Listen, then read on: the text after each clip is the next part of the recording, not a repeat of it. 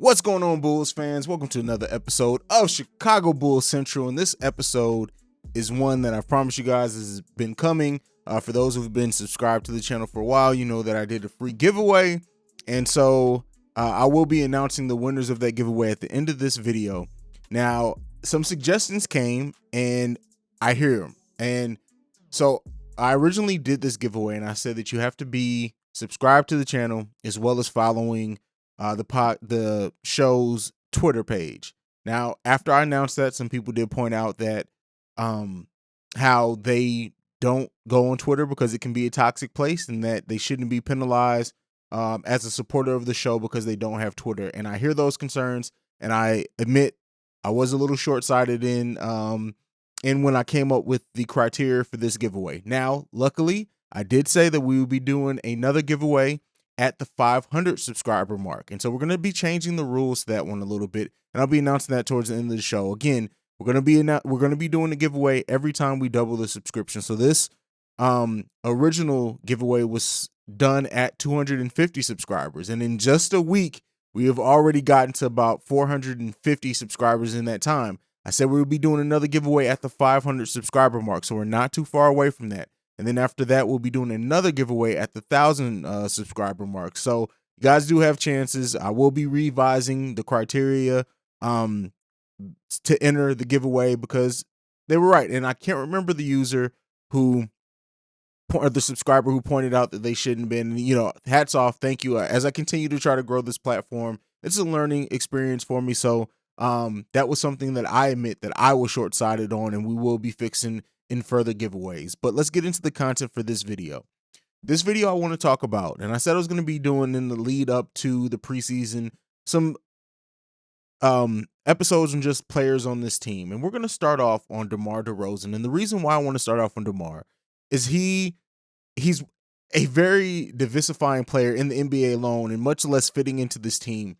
And a lot of the conversation on fit all centers around Demar DeRozan, what he can and what he can't do. And I figured let's have an episode, let's have a conversation about DeMar DeRozan and how he could fit or not fit on this team. Now, I believe personally that I don't have a concern about the fit.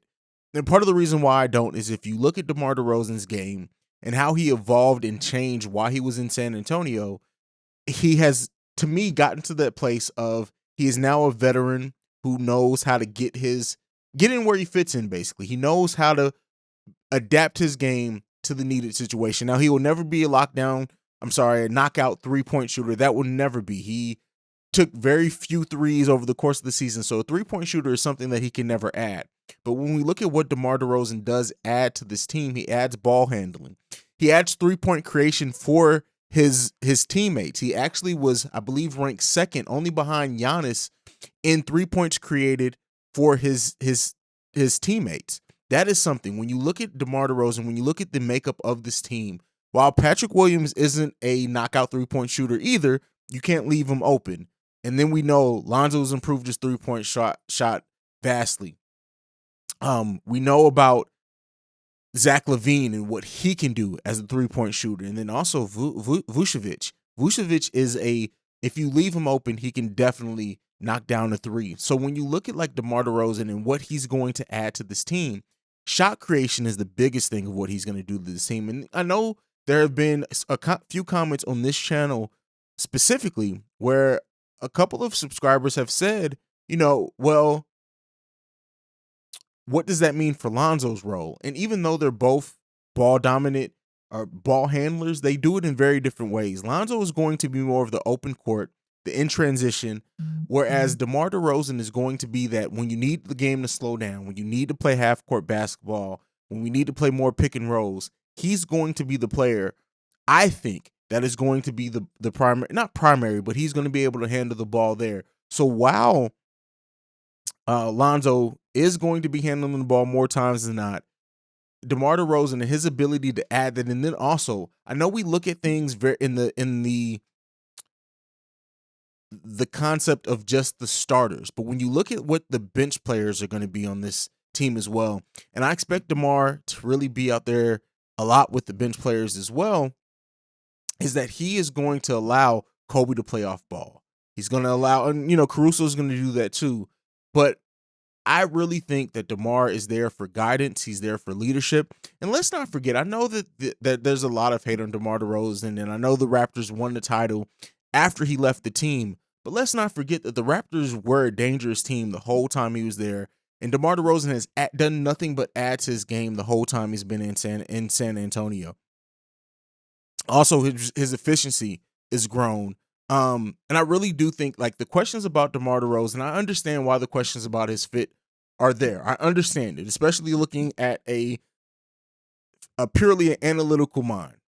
But when you combine the ability that he's added to his game to adapt in playing in San Antonio, and we hope that comes over. We have no reason to believe that that's not going to come over, and he's not going to find a way to get his minutes. But also, let's not take away the fact that he is a veteran in this game. And the fact of the matter is that there are not many players of DeMar DeRozan's age who are able to still be as productive as what he has been. And the reason he's been able to be that productive is the fact that his game is adaptable, is the fact that he knows how to get his while in the structure and the concept of the offense. And so, yes, we still have a lot to see where this offense and how Billy Donovan is going to run this offense specifically.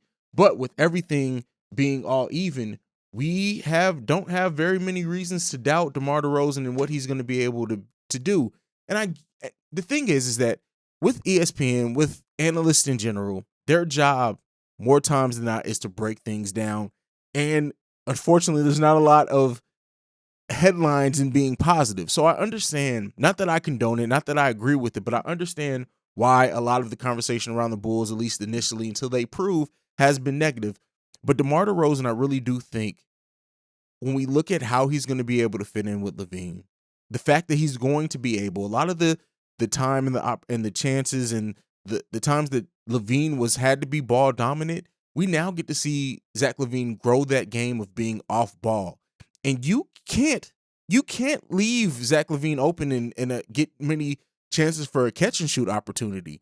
And now that we have players that can handle, like, really every player in our starting lineup can handle the ball. Now, Patrick Williams, we saw a little bit of that in D-League. That's a completely different competition. But I do think they're going to try to grow that part of Patrick Williams' game as well. DeMar DeRozan is really, while yes, there are players that you can think of that slot better in that three, better into this team. But when you look at it, he's almost the perfect player to have while you're trying to figure out your offense, while you have still a lot of young players that are going to contribute to this team. And he's kind of the perfect player for that. And so that's my opinion on the DeMar DeRozan thing. I really do think that DeMar, also, him having that chip on the shoulder, him even the way that he speaks about fit, the way he's spoken about sacrifice so far.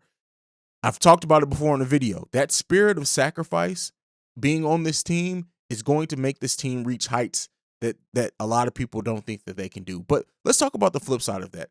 How could this go wrong? Now, one thing that we haven't talked a lot about, and it's one of those things that you can't really project. Every player has regression at different stages of their career, right? Some players are able, because of how they're able to change the game, can really stay productive players well into their 30s.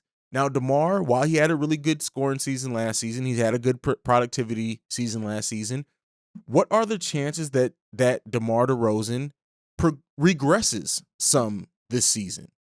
And here's my thought on that, is that, yes, it's possible, right? It's possible that is efficient and as good at times that DeMar DeRozan looked last season, he could just hit some big regression just one year after year. But DeMar DeRozan isn't on a super long deal, for one. But we would be, I get it, we're all Bulls fans. I'm a huge fan. Like I said, even in what I talk about here, let me make this clear. I think this team is going to be good, and I think DeMar is going to be great for this team. But there is a chance that it may not work. And yes, the fit thing, we talk about sacrifice, but sometimes you can't just fit a square peg into a round hole. Now, again, this is me just for the sake of conversation, that there is a chance, because of all the critiques and everything that people have pointed out, that this may not work. It may not. Now, if it doesn't, if for some reason DeMar DeRozan doesn't work in the starting lineup. He doesn't work next to Zach LaVine. There is too much congestion there. There is too much that it just doesn't work for whatever reason. Let's just say it just doesn't work. I really think with the way that this team is built, that they'll be able to figure it out. And I don't know if DeMar DeRozan is going to accept a bench role, but there's that case as well too. Overall, when it comes to a player like DeMar DeRozan, I trust his ability to figure it out. And it's even if you can't tell, like I wanted to do the flip side and the devil's advocate argument, but I really my fandom of the Chicago Bulls aside, just looking at the players and looking at the way that they've spoken and looking at the way that this organization and the culture that they're trying to build here, as well as the coaching staff, I don't have very many concerns with it working out. I think this team is going to work out. I think DeMar DeRozan is going to be great for this team as well. Let me know what you guys think about DeMar DeRozan's overall fit, and how do you think that the Bulls should handle it if it doesn't? Now, again, I understand as Bulls fans, we think, we hope, and we truly believe that this is all going to work out. So I'm not taking that away because I'm with you there. I believe that as well. But I'm saying if it doesn't, if for some reason Zach and DeMar DeRozan, them starting together does not work, how would you like to see the Bulls react? How would you like to see them rejigger the lineup if for some reason DeMar doesn't work out?